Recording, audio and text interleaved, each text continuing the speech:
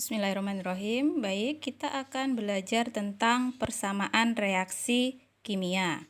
Ini merupakan suatu perlambangan yang menggambarkan bagaimana suatu reaksi kimia itu berlangsung.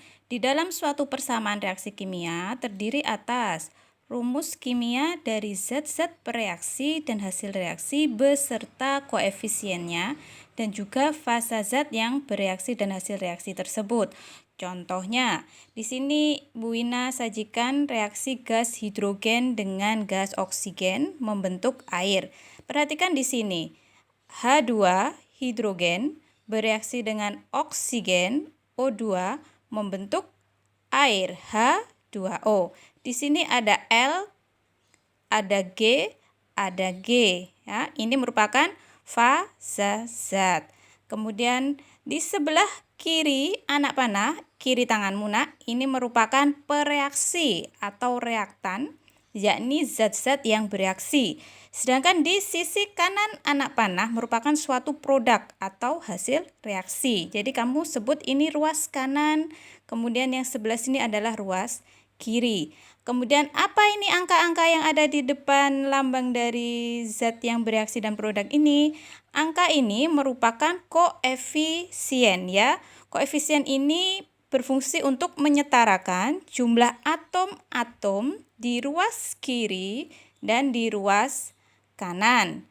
Kemudian L dan G ini merupakan suatu fasa zat. Diingat kembali, fasa zat sudah Bu Wina sampaikan itu nanti ada 4. Yang pertama L, liquid, yakni cair atau berupa lelehan kalau dia logam. Kemudian ada G, yakni gas, Aq, aqueous atau larutan. Kemudian S, solid atau padatan. Anak panah pada persamaan reaksi kimia nanti kamu akan menemukan ada 2 macam ya. Yang pertama, anak panahnya satu arah, ke kanan saja. Ini bermakna reaksi berjalan satu arah. Kemudian ada lagi anak panahnya bolak-balik. Nah, jadi ada yang ke kiri, ada yang ke kanan mata anak panahnya. Ini artinya reaksi yang ditunjukkan tersebut berjalan 2 arah, reaksinya bolak-balik. Nah, kemudian nanti kita akan berlanjut menuju ini nak, mengetahui bagaimana cara menyetarakan jumlah atom di ruas kiri dan di ruas kanan atau penyetaraan persamaan kimia. Ini penting untuk dilakukan karena merupakan salah satu syarat melakukan perhitungan kimia. Bab yang akan kita pelajari setelah ini, yakni stoikiometri atau perhitungan kimia. Bagaimana? Silakan dipahami dulu. Baik, Bu Ina lanjutkan ya. Lalu bagaimana langkah-langkah penyetaraan persamaan reaksi? Nah, ini tadi, kita harus menyetarakan reaksi kimia agar bisa dipakai dalam perhitungan kimia. Jadi jumlah atom-atom di ruas kiri dan di ruas kanan harus sama. Nah, ada 4 langkah yang bisa Bu Ina simpulkan. Yang pertama, beri koefisien 1 pada molekul kompleks. Siapa itu molekul kompleks? Molekul yang paling banyak jumlah atomnya di antara semua ruas, di ruas kiri dan di ruas kanan. Kemudian langkah kedua, setarakan jumlah atom-atom pada molekul kompleks tersebut. Di ruas kiri berapa, di ruas kanan berapa, pastikan jumlahnya sama. Yang ketiga, untuk atom H dan atom O itu disetarakan paling akhir. Ya. Yang terakhir, ketika sudah jadi, semua jumlah atom di ruas kiri dan di ruas kanan sudah sama, koefisien 1 tidak usah ditulis ya. Contohnya, nah, ini Bu Ina sajikan yang pertama, reaksi pembakaran gas propana, salah satu komponen gas LPG, menghasilkan gas karbon dioksida dan uap air. Nah, tipe reaksi yang seperti ini, yang hasilnya karbon dioksida dan uap air, reaksi pembakaran ini disebut reaksi pembakaran sempurna. Ya, ini perlambangan persamaan reaksinya, C3H8 propana, fasanya gas, bereaksi dengan gas oksigen O2 menghasilkan gas karbon dioksida CO2 dan H2O, uap air. Ya. Kemudian lihat di sini ada 1, 2, 3, 4 zat.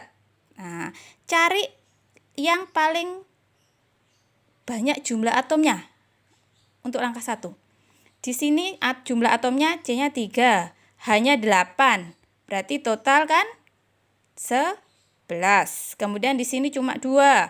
Di sini ada 1 dan 2, 3. Di sini 2 dan 1, 3. Oke, ketemu. Ini C3H8 lah yang sebagai molekul kompleks. Jumlah atomnya paling banyak. Ingat langkah pertama tadi. Kita kasih koefisien 1. Kasih koefisien 1 di sini ya.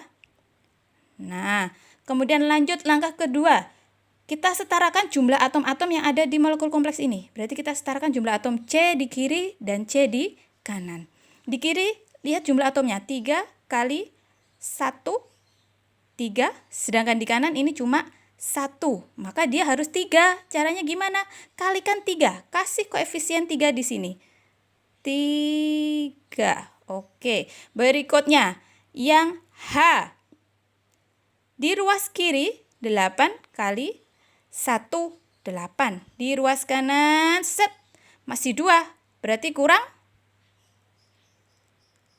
6 ya.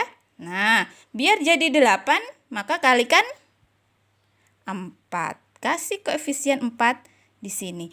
Nah, perhatikan di antara 4 zat, 1, 2, 3, 4, cuman 1 ini aja toh yang belum dapat koefisien. Maka ini ngikut dengan O yang di ruas kanan yang sudah dapat koefisien. Ya. Jumlahkan O di kanan berapa? 2 kali 3, 6. Ditambah 1 kali 4, 4. 6 ditambah 4, 10.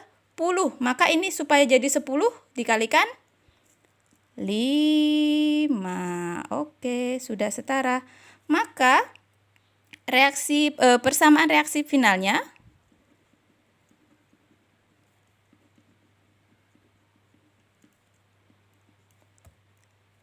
yang sudah setara adalah C3H8. Tidak usah ditulis koefisien satunya ya. Fasanya gas bereaksi dengan oksigen dengan koefisien 5, fasanya gas, menghasilkan karbon dioksida,